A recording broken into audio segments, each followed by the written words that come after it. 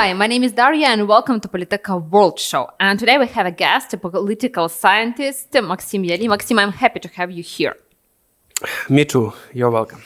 So let's start from the last news from the front line about Ukraine. There are a lot of hot news about Soledar, and every expert now concentrated on this. So how do you feel, how important now this point on the front line and how it could influence the next developments around the war in Ukraine?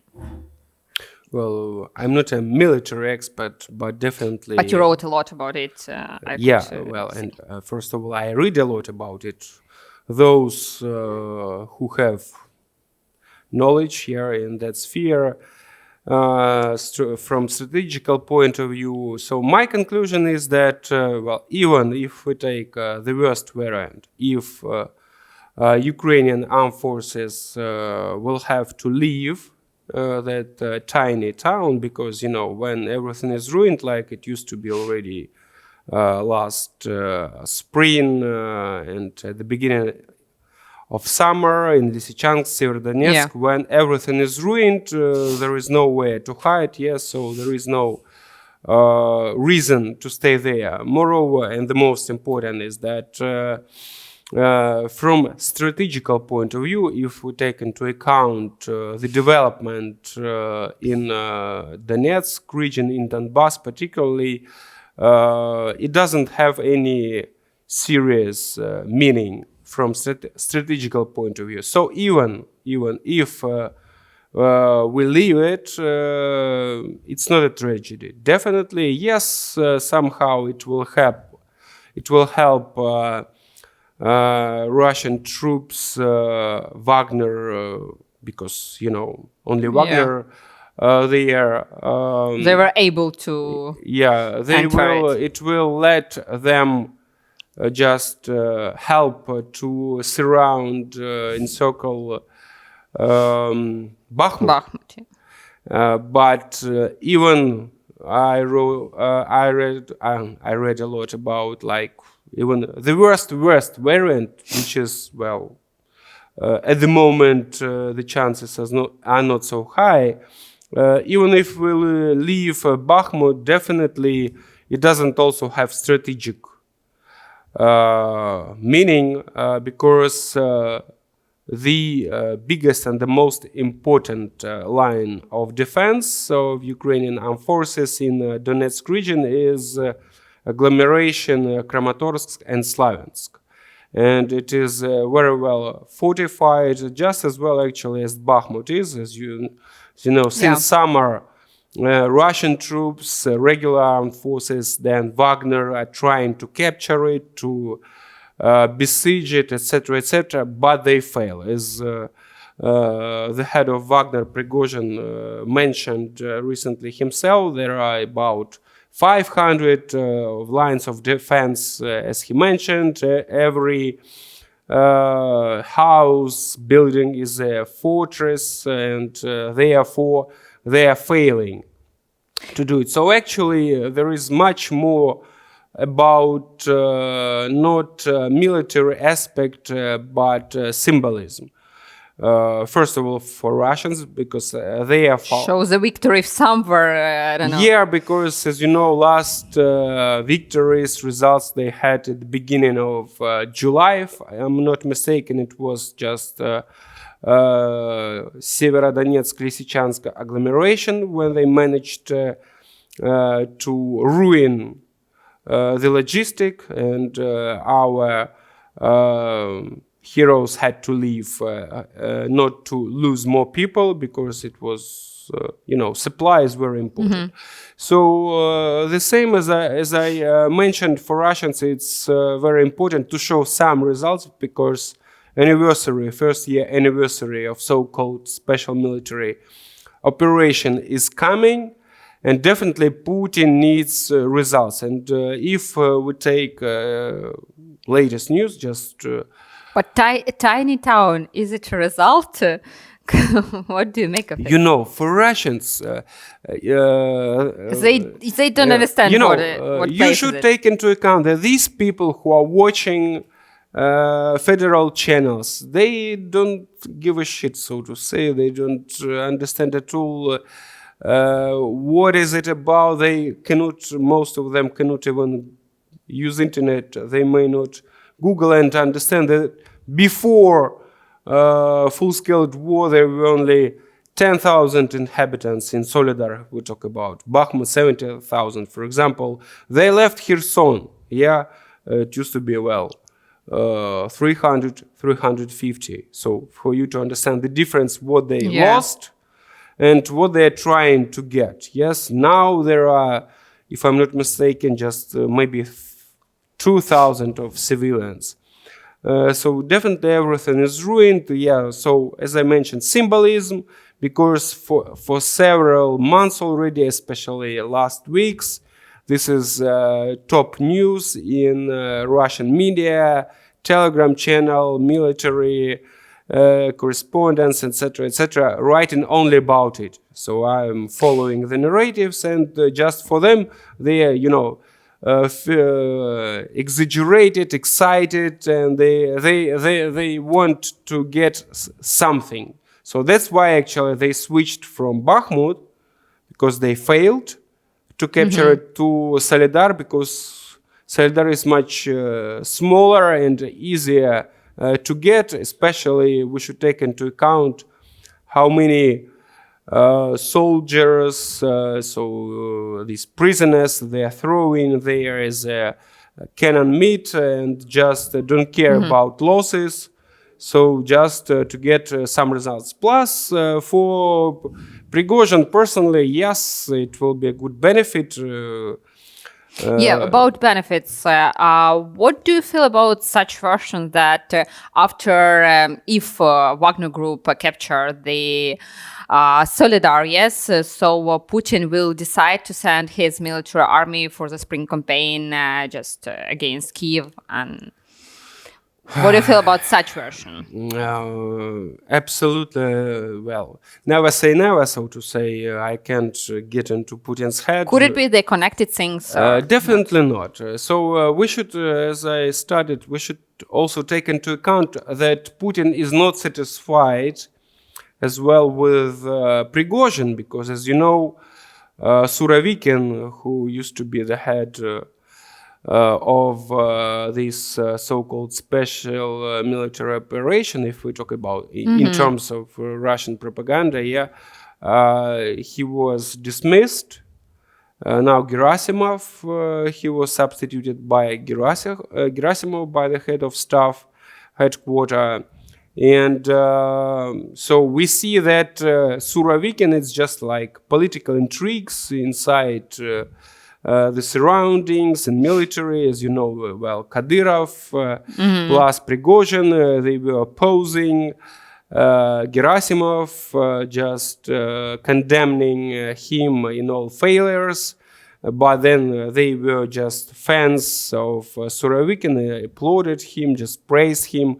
Now we see that Prigozhin also promised, and as we can see, even Bakhmut, it is becoming clear, will not be captured until the 24th. So it's definitely a deadline. So we can see, no results, and these substitutes also show and prove negative attitude of Putin, that both Surovikin and Prigozhin failed to realize their promises. But nevertheless, there are bloody fights between Ukrainian army and Russian army right now around Soledar. So how do you feel from this logistic point? Could it be more difficult for Ukrainian army to provide the military stuff if Soledar will be captured? If we talk about Bakhmut, definitely, because it's close to it. There is one important road across it. So and Soledar? Nearby. So it's just close to Bakhmut. Yes. So it's like from one more side there will be Russian troops. So definitely, as I told you, but still there are some places we are still controlled by Ukrainian armed forces. We still have supply, so definitely it will cause some problems to logistics as well, but not crucial one. Not crucial, yeah. So there is one more new information about counteroffensive from different parts of the war, from Ukrainian army and from Russian army. So now military experts told us that there are any points where Russian army could start counteroffensive, and the same is about Ukrainian army. The reason is the weather. So who do we expect for counteroffensive in near 2-3 weeks? Well, actually, we are now facing it. If we talk about Soledar, it started just a few weeks ago, yeah. So definitely, Russians decided to attack the first, and not to wait until we mobilize the resources, get the necessary equipment, weapons, etc., etc. So definitely, the main battle for not only for Donbass but in general in other territories in the south, particularly, still to come, and we see already during the last 2 weeks a lot of good news about decisions of US, France, Germany to give us armored vehicles, so much needed, like tanks, as they call it, if we talk about France. So we are all looking forward to Ramstein next meeting, the 20th of January, where quite possible, I hope so, let's keep our fingers crossed, there will be made a decision to start supplying us with heavy tanks. Leopard, for example, well, there are a lot of such news rumors around it. Well, Great Britain probably will give us some, well, probably Poland. Of course, there are concerns. Nobody wants to be the first one if we talk about European states, if we talk about Germany. I think Poland who would like to be a leader, or sometimes France would like to take first. Well, they did, and it was already a breakthrough. So therefore, I suppose, it's not heavy tank, definitely, what they're going to give it, but still it's much better than...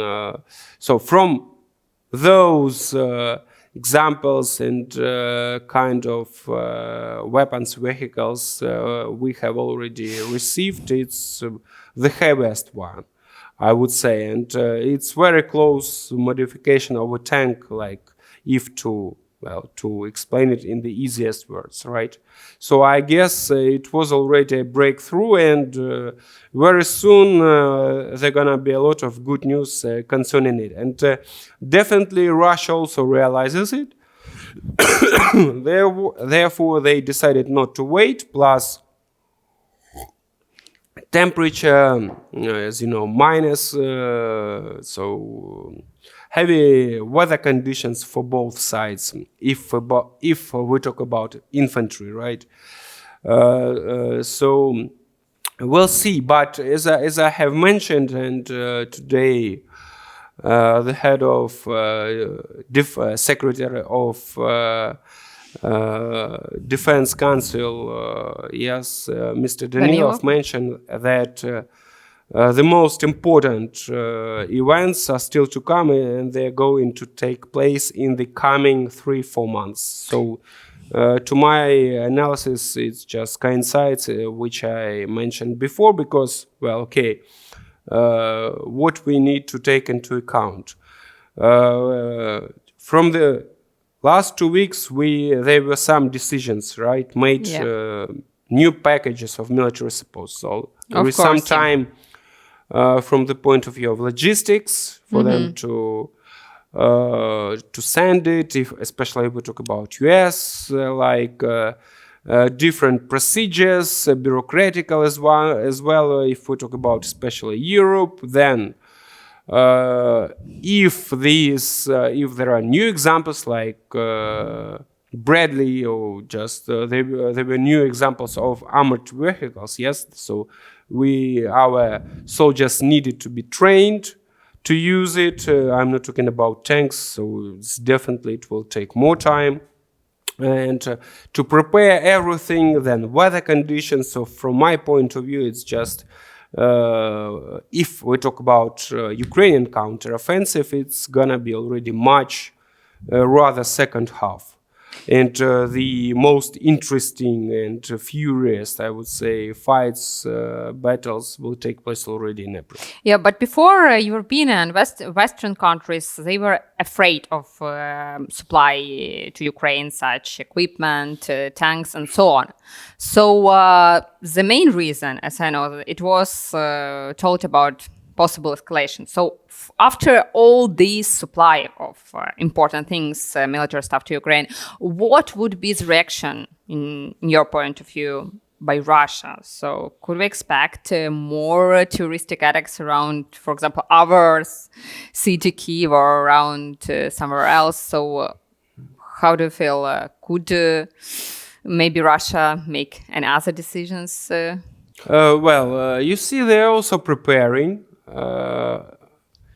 Their training, so I don't think you asked me about Kiev. Yeah, so still their lack of resources, their lack of people. If we talk about just groupings there, which are trained, etc., etc. So still, but 150,000 of newly mobilized soldiers in autumn are being trained now, and definitely are being prepared. Definitely they are being prepared for fights. So what we see, I rather think so. Number one goal of Russia and Putin now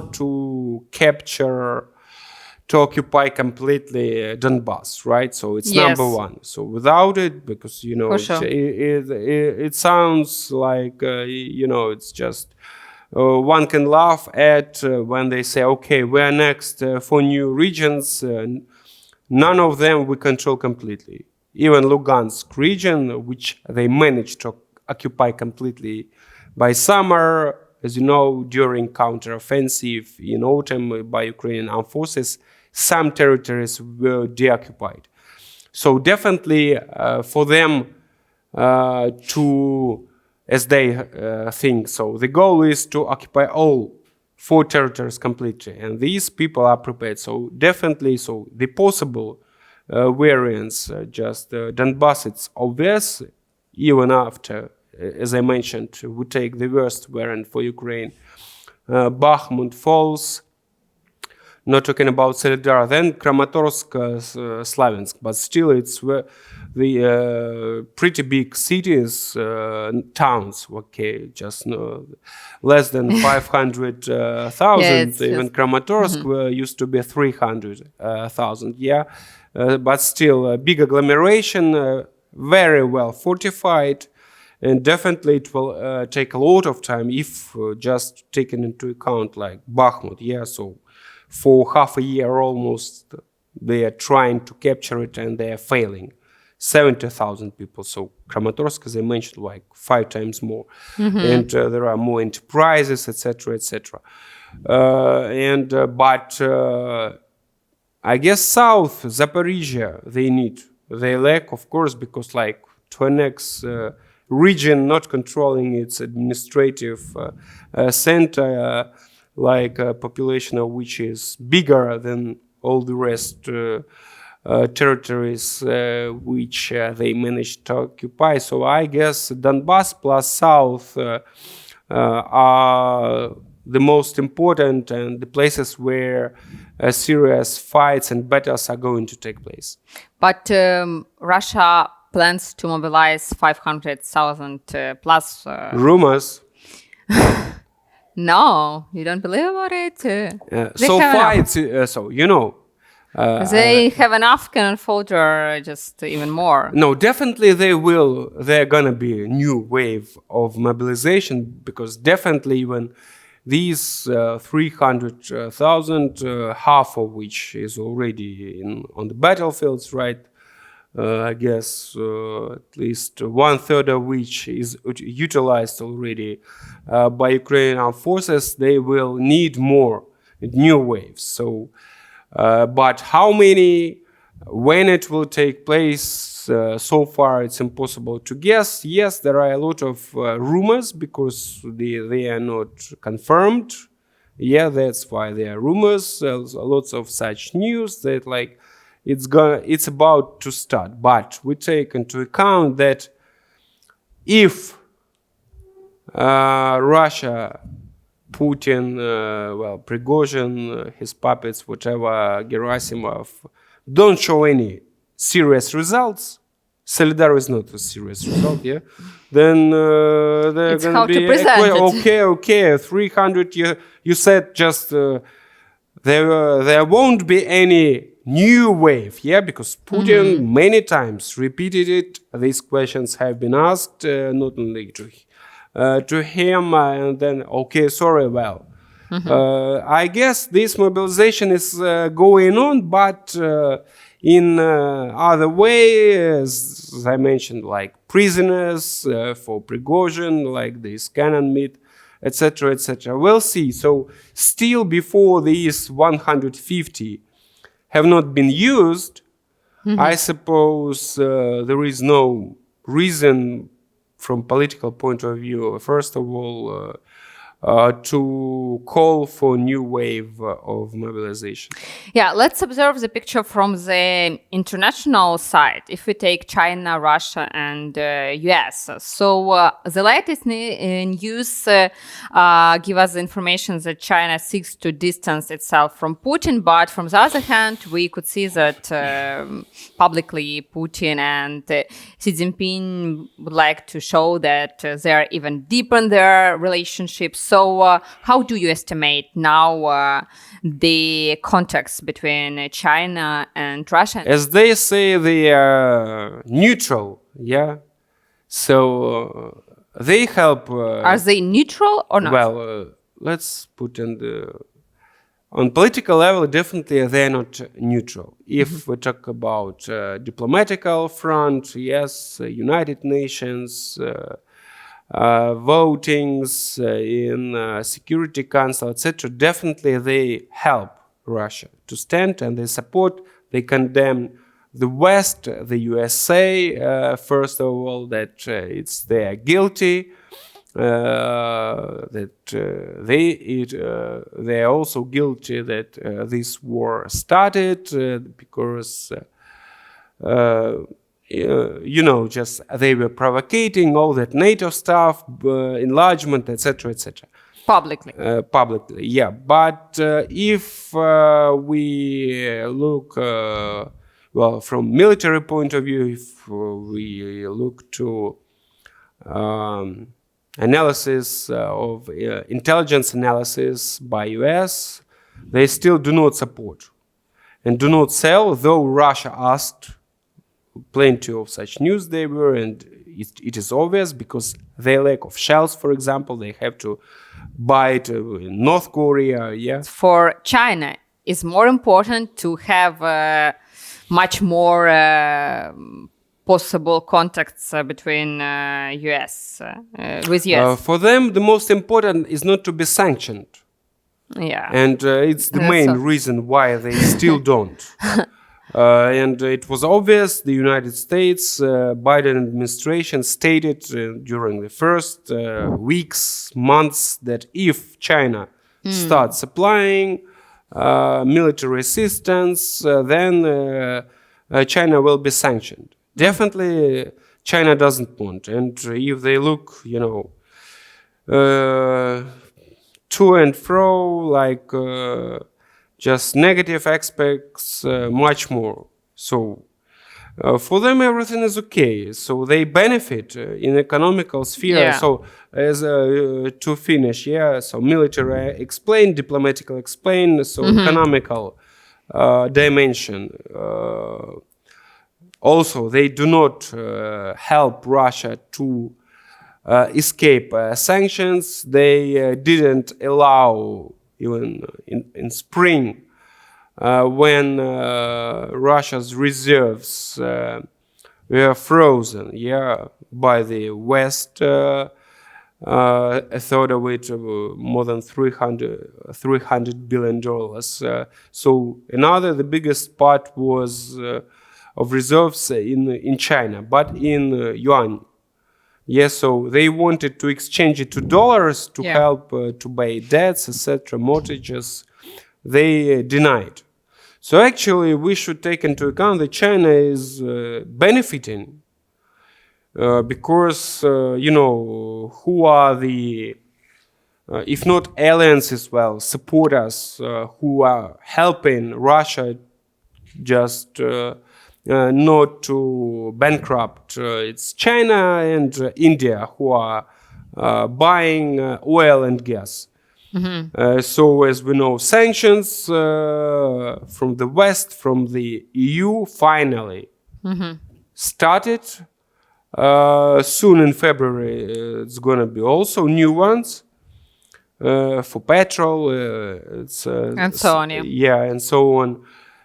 So they may not sell to EU gas, which was the biggest market. They may not sell oil by sea. Also the bigger. So now they lose it's 50% in future. And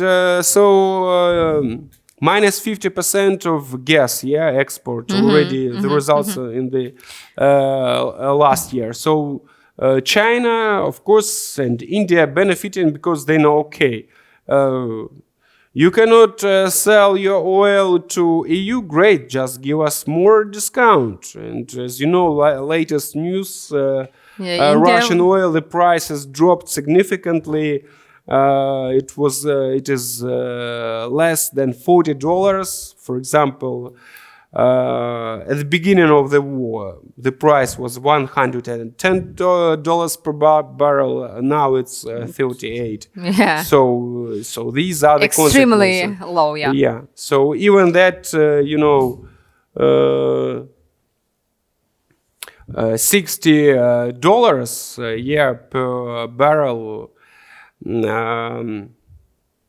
Which is like the highest price for EU. Now it's much less already. So we see how it reflects, how it influences the prices. They are much less than that point. Some experts tell that for China it's more important to have these connections with the US, no, but definitely not with Russia. Russia is just definitely. If you look turnover, I'm not sure now, but if I'm not mistaken, at least $600 billion China sells to US.